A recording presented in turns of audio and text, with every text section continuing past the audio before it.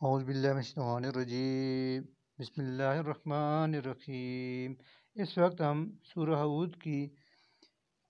پہلی 5 آیات کا ترجمہ سیکھیں گے، تو آئیے شروع کرتے ہیں۔ بسم اللہ الرحمن الرحیم۔ الف لام را، یہ حروف مقطعات ہیں جن کے معنی اللہ تبارک و تعالیٰ اور نبی اکرم صلی اللہ علیہ وسلم کے علاوہ کسی کو نہیں معلوم۔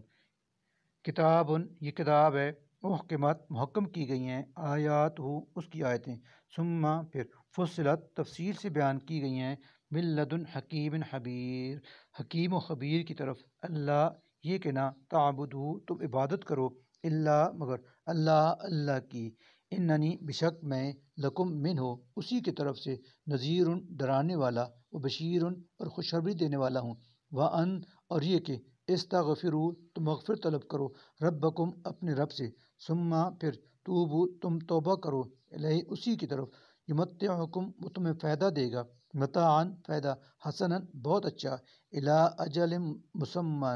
ایک وقت مقررہ تک، ویؤتی اور وہ دے گا، کلا ہر، ذی فضل صاحب فضل کو، فضل اس کا فضل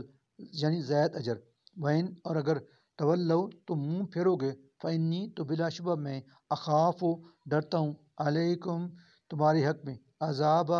یومن کبیر ایک بہت بڑے دن کے عذاب سے، اللہ اللہ کی طرف سے، مرجوکم اللہ ہی کی طرف،